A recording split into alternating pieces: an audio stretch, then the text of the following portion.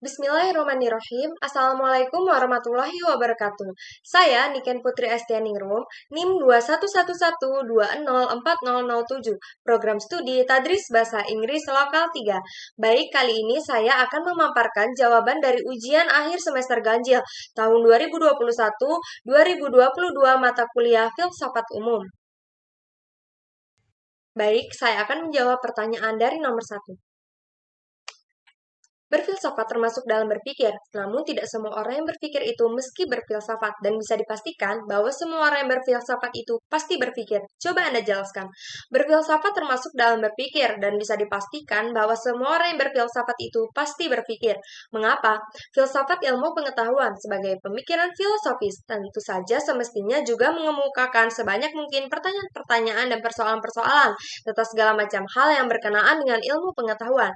Ilmu pengetahuan tidak hanya dipahami atas dasar kebiasaan-kebiasaan yang dilakukan serta atas dasar pandangan-pandangan yang tidak dapat dipertanggungjawabkan, melainkan perlu dipahami atas dasar pembahasan yang rasional, kritis, logis, dan sistematis, objektif, menyeluruh, dan mendalam. Karena itulah mengapa tidak semua orang yang berfilsafat itu meski berfilsafat, karena berfilsafat memerlukan pemikiran yang rasional, yang mampu melepaskan diri manusia dari belenggu-belenggu tradisional dan mitis, serta membebaskan manusia dari kepicikan, ketidakjelasan, kebodohan, dan ketidaktahuan.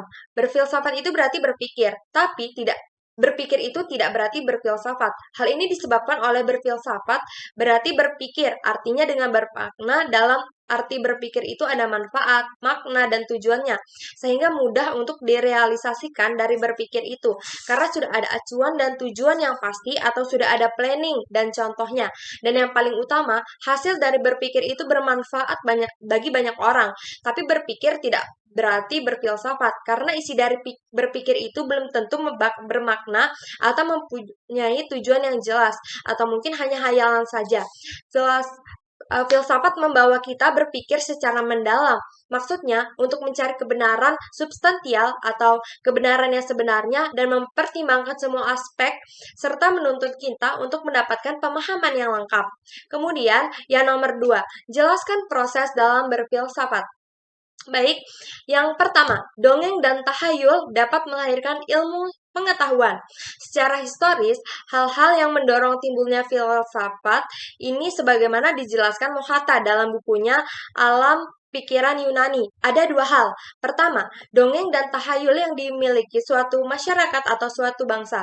Orang Yunani awalnya sangat percaya pada dongeng-dongeng, mitos maupun tahayul, tetapi lama-kelamaan mereka kritis dan ingin mengetahui kebenaran dongeng tersebut, mampu keluar dari pengaruh mitologi dan mendapatkan dasar pengetahuan ilmiah. Karena manusia selalu berhadapan dengan alam yang begitu luas dan penuh misteri, timbul rasa ingin mengetahui rasa alam itu, sehingga filosof alam berkembang pertama kali.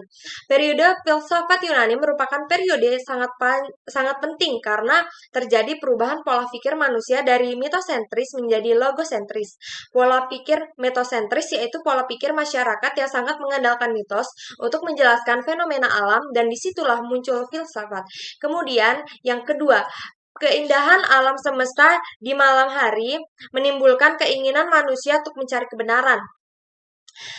Keindahan alam yang besar, terutama ketika malam hari. Hal tersebut menyebabkan keingintahuan orang-orang bangsa Yunani untuk mengetahui rahasia alam tersebut.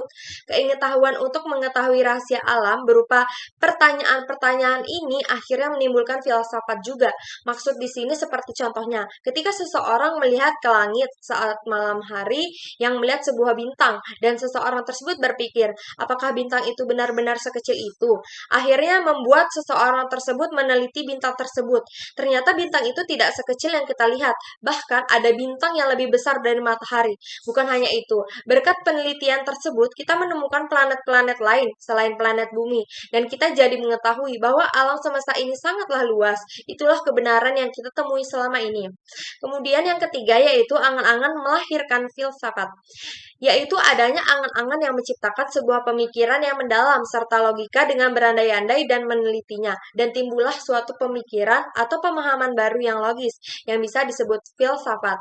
Kemudian yang nomor 3, berdasarkan sejarah konsep berpikir dalam filsafat mengalami perubahan. Coba Anda jelaskan dengan identifikasi pemikiran. Untuk yang pertama yaitu periode filsafat Yunani beserta tokoh dan pemikirannya. Hal ini terjadi pada saat Yunani klasik atau biasa disebut dengan filsafat Yunani klasik. Yang pertama ada kaum sofis. Terlihat dari ajarannya, sofisme tergolong dalam aliran relativisme. Menurut pemikiran filsafatnya, orang menjadi titik ukur segala sesuatu tentang adanya yang ada dan tentang tidak adanya yang tidak ada. Ini dapat ditafsirkan bahwa setiap orang ialah ukuran segala sesuatu, dan jika terjadi pertentangan, maka tak ada kebenaran yang objektif.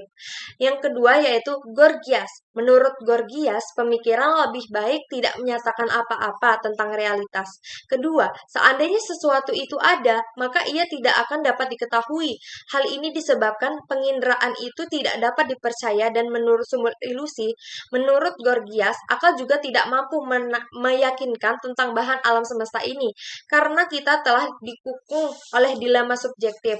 Ketiga, seandainya sesuatu dapat diketahui, maka pengetahuan itu tidak bisa disampaikan kepada orang lain. Hal ini menunjukkan kurangnya bahasa untuk mengomunikasikan pengetahuan. Semantik modern mengatakan bahwa kata-kata tidak mempunyai pengertian absolut, melainkan hanya mempunyai pengertian yang relatif. Dalam tradisi Yunani dikatakan bahwa seorang penulis tentang yang tidak ada atau tentang alam, Gorgias berbalik dari filsafat dan mulai mencurahkan perhatiannya pada ilmu retorika. Ia menganggap retorika sebagai seni untuk meyakinkan the art of persuasion. Oleh sebab itu, orang tidak cukup mengemukakan alasan-alasan yang diarahkan kepada resio, tetapi perasaan juga harus disentuh. Dari sinilah Gorgias kemudian menciptakan gaya bahasa yang menerapkan prinsip ini. Kemudian ada Socrates. Tujuan filosofi Socrates ialah mencari kebenaran yang berlaku untuk selama-lamanya. Socrates berpendapat bahwa dalam mencari kebenaran itu ia tidak memikir sendiri, melainkan setiap kali berdua dengan orang lain dengan jalan tanya jawab. Orang yang kedua itu dipandang sebagai kawan yang diajak bersama-sama mencari kebenaran. Kebenaran harus lahir dari jiwa kawan bercakap itu sendiri. Ia tidak mengajarkan, melainkan menolong mengeluarkan apa yang tersimpan di dalam jiwa orang. Sebab itu metodenya disebut maiotik. Socrates mencari kebenaran yang tetap dengan tanya jawab sana dan sini, yang kemudian dibulatkan dengan pengertian. Maka jalan yang ditempuhnya ialah metode induksi dan definisi. Kedua-duanya itu bersangkut paut. Induksi yang menjadi metode Socrates ialah memperbandingkan secara kritis. Ia tidak berusaha mencapai dengan contoh dan persamaan, dan diuji pula dengan saksi dan lawan saksi. Yang keempat, yaitu Plato. Murid Socrates, pemikiran Plato pun banyak dipengaruhi oleh Socrates. Plato adalah guru dari Aristoteles. Plato mengatakan, realitas seluruhnya terbagi atas dua dunia, yaitu dunia indrawi dan dunia ide. Dunia indrawi mencakup benda-benda jasmani yang konkret, yang dapat dirasakan oleh panca indera kita. Dunia indrawi ini tiada lainnya refleksi atau bayangan dari ide dunia. Selalu terjadi perubahan. Segala sesuatu yang terdapat dalam dunia jasmani ini fana, dapat dirusak dan mati. Ide dunia adalah dunia yang hanya terbuka bagi rasio kita. Dalam dunia ini tidak ada perubahan. Semua ide bersifat abadi dan tidak dapat diubah. Hanya ada satu ide yang bagus, yang indah di dunia. Ide semuanya sangat sempurna. Hal ini tidak hanya merujuk kepada barang-barang kasar yang bisa dipegang saja, tetapi juga mengenai konsep-konsep pikiran, hasil buah intelektual. Kemudian, Aristoteles. Di dalam dunia filsafat, Aristoteles dikenal dengan bapak logika. Logikanya disebut tradisional, karena nantinya berkembang apa yang disebut logika modern. Logika Aristoteles itu sering juga disebut logika formal. Pemikiran filsafat Yunani mencapai puncaknya pada Aristoteles. Ia mengatakan bahwa tugas utama ilmu pengetahuan adalah mencari penyebab-penyebab objek yang diselidiki. Setiap kejadian mempunyai 4 sebab yang semuanya harus disebut bila manusia ingin memahami proses kejadian segala sesuatu. Keempat penyebab itu menurut Aristoteles adalah yang pertama, penyebab material. Material cause, bahan dari mana bahan dibuat. Kemudian yang B ada penyebab formal cause, bentuk yang menyusun bahan. Yang kemudian ada C, penyebab efficient cause, sumber kejadian Kemudian yang F, aliran filsafat Helenisme. Aliran filsafat Helenisme ini juga turut menyumbang terhadap perkembangan sejarah intelektual Amerika. Hellenisme adalah suatu pemikiran mengenai kehidupan, budaya, dan agama ideal pada masa klasik Yunani. Pemikiran Hellenisme berkembang sekitar abad ke-5 sampai ke-6 sebelum Masehi. Penyebaran Hellenisme tersebut meliputi daerah-daerah Asia, Syria, Mesopotamia, dan Mesir, yang merupakan wilayah kekuasaan Kaisar Alexander Agung. Filosof-filosof Islam pada umumnya hidup dalam lingkungan dan suasana yang berbeda dari apa yang dialami oleh filosof-filosof lain, dan pengaruh-pengaruh lingkungan dan suasana terhadap jalan pikiran mereka tidak bisa dilupakan. Pada akhirnya tidak bisa dipungkiri bahwa dunia Islam telah berhasil membentuk suatu filsafat yang sesuai dengan prinsip-prinsip agama. Kemudian yang B, sebutkan dan jelaskan filosof-filosof besar Islam. Filosof-filosof Islam pada umumnya hidup dalam lingkungan dan suasana yang berbeda dari apa yang dialami oleh filosof-filosof lain, dan pengaruh-pengaruh lingkungan dari suasana terhadap jalan pikiran mereka tidak bisa dilupakan. Pada akhirnya tidak bisa dipungkiri bahwa dunia Islam telah berhasil membentuk suatu filsafat yang sesuai dengan prinsip-prinsip agama. Kemudian, yang pertama, dan keadaan masyarakat Islam sendiri. Pemikiran-pemikiran para filsuf muslim tidak hanya memberikan pengaruh pada perkembangan pemikiran dan keilmuan Islam, tetapi juga memberikan pengaruh secara universal.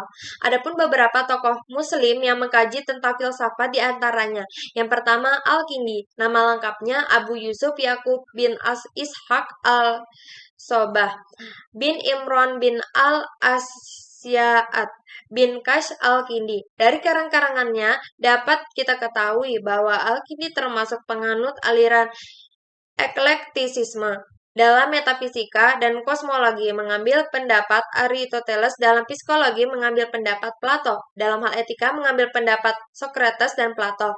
Mengenai filsafat dan agama, Al-Kindi berusaha mempertemukan antara kedua hal ini, filsafat dan agama. Al-Kindi berpendapat bahwa filsafat adalah ilmu tentang kebenaran dan atau ilmu yang paling mulia dan paling tinggi martabatnya. Dan agama juga merupakan ilmu mengenai kebenaran. Akan tetapi keduanya memiliki perbedaan. Yang kedua itu Al-Farabi. Nama lengkapnya adalah Abu Nasr Muhammad bin Tarkan. Sebagian besar karangan-karangan Al-Farabi terdiri dari ulasan dan penjelasan terhadap filsafat Aristoteles, Plato, dan Galenius dalam bidang-bidang logika, fisika, etika, dan metafisika. Meskipun banyak tokoh filsafat yang diulas pikirannya, namun ia lebih dikenal sebagai pengulas Aristoteles. Kemudian, yang ketiga ada Ibnu Sina. Ibnu Sina memberikan perhatiannya khusus terhadap pembahasan kejiwaan, sebagaimana yang dapat kita lihat dari buku-buku yang khusus untuk soal-soal kejiwaan ataupun buku-buku yang berisi campuran berbagai persoalan filsafat. Pengaruh Ibnu Sina dalam soal kejiwaan tidak dapat diremehkan, baik pada dunia pemikiran Arab sejak abad ke-10 Masehi sampai akhir abad ke-19 Masehi, terutama pada Gundisalinus, Albert the Great, Thomas Aquinas, Roger Bacon, dan Duns Scott. Kemudian yang keempat ada Al-Ghazali. Pengaruh Al-Ghazali di kalangan kaum muslim besar sekali. Sehingga menurut pandangan kaum orientalis, agama Islam yang digambarkan oleh kebanyakan kaum muslimin berpangkal pada konsepsi Al-Ghazali. Pikiran-pikiran Al-Ghazali telah mengalami perkembangan sepanjang hidupnya dan penuh kegoncangan batin, sehingga sulit diketahui kesatuan dan kejelasan corak pemikirannya, seperti yang terlihat dari sikapnya terhadap filosof-filosof dan terhadap aliran-aliran akidah pada masanya. Namun demikian, Al-Ghazali telah mencapai hakikat agama yang belum pernah ditemukan oleh orang-orang sebelumnya dan mengembalikan kepada agama. Jalan yang terdekat pada Tuhan ialah jalan hati, dan dengan demikian ia telah membuka pintu Islam seluas-luasnya untuk tasawuf. Kemudian, ada Ibnu Bajjah. Ibnu Bajjah telah memberi corak baru terhadap filsafat Islam di negeri Islam Barat dalam teori ma'rifat, epistemologi, pengetahuan yang berbeda sama sekali dengan corak yang telah diberikan oleh Al-Ghazali di dunia timur Islam. Selain ia dapat menguasai dunia pikir peninggal filosof-filosof Islam. Kemudian ada Ibnu Tufail. Nama lengkapnya adalah Abu Bakar Muhammad bin Abdul Malik bin Tufail.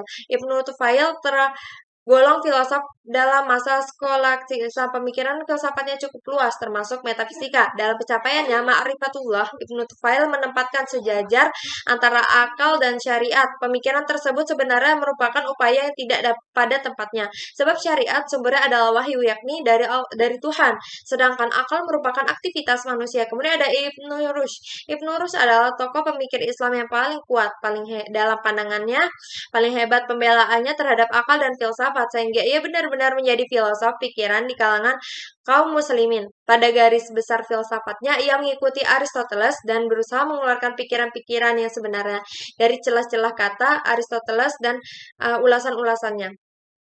Pentingnya ilmu berdasarkan Al-Quran. Di dalam Islam, ilmu punya kedudukan yang sangat penting. Hal ini dapat kita ketahui di dalam ayat-ayat Al-Quran maupun hadis-hadis yang menerangkan kedudukan orang yang berilmu. Orang yang berilmu akan diangkat derajatnya beberapa derajat oleh Allah. Bahkan saat sangat pentingnya ilmu bagi manusia, dalam Islam diwajibkan bagi seluruh umatnya, baik laki-laki maupun perempuan, untuk menuntut ilmu.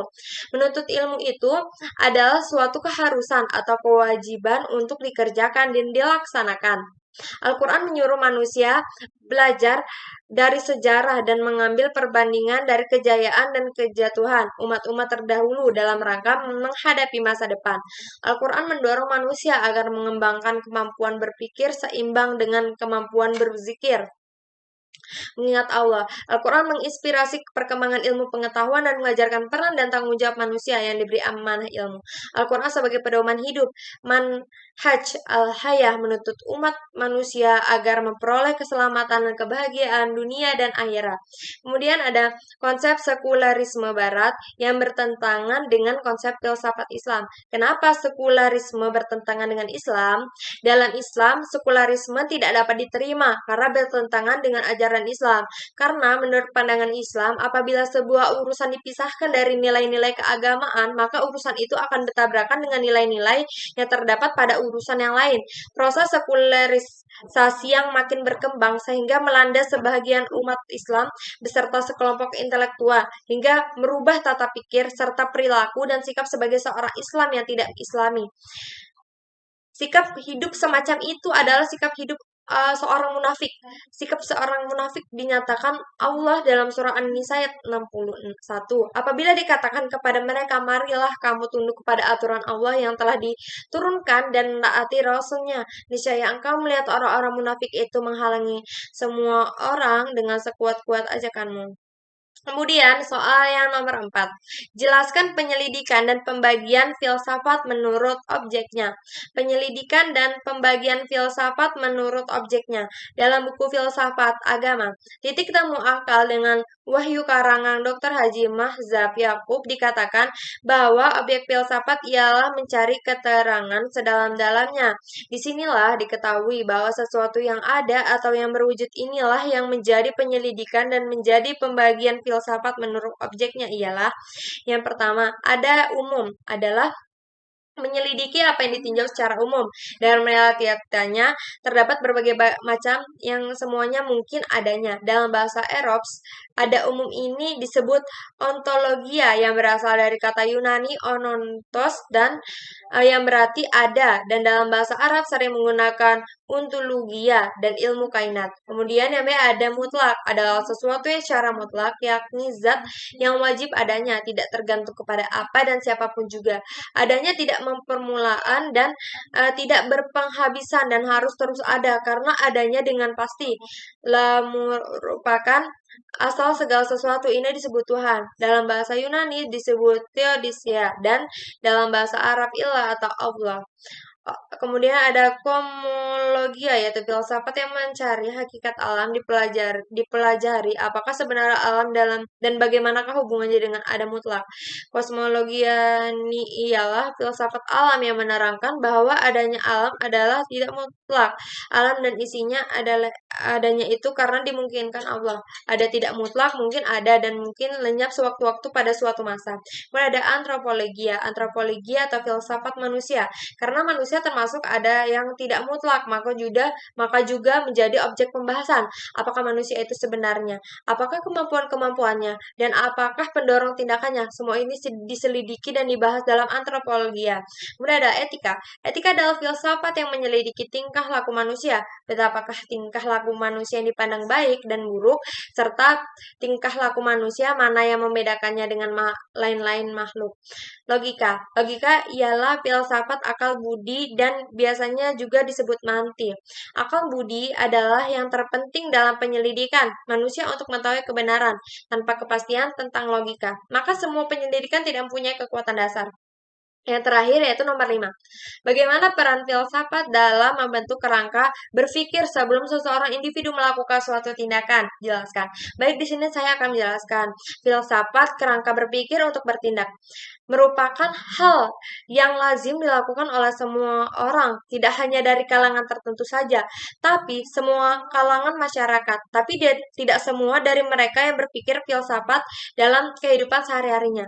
Berpikir filsafat sangatlah penting untuk semua orang dalam rangka menjalani aktivitas sehari-hari atau untuk mencari solusi bagi sebuah permasalahan. Jika ditelaah secara mendalam, begitu banyak manfaat serta pertanyaan-pertanyaan yang mungkin orang lain tidak pernah memikirkan jawabannya. Karena filsafat merupakan induk dari semua ilmu. Beberapa manfaat berpikir filsafat, yaitu mengajarkan cara berpikir kritis sebagai dasar dalam mengambil keputusan, menggunakan akal secara proporsional, membuka wawasan berpikir menuju ke arah penghayatan, dan masih banyak lagi. Itulah sebabnya mengapa setiap kaum intelektual diharapkan untuk selalu berpikir berfilsafat, kapanpun, dimanapun, dan dalam situasi apapun ia berada. Apalagi seorang hakim yang harus selalu berpikir filsafat radikal, universal, konseptual, koheren, atau konsisten dan sistematis dalam memutuskan suatu perkara. Baik, sampai di sini saja penjabaran saya, jawaban dari soal ujian akhir semester ganjil 2021-2022. Semoga bermanfaat untuk teman-teman semua. Akhirul kalam, mohon maaf jika ada kesalahan di dalam pengucapan kata dan lain-lain. Saya akhiri, Assalamualaikum warahmatullahi wabarakatuh.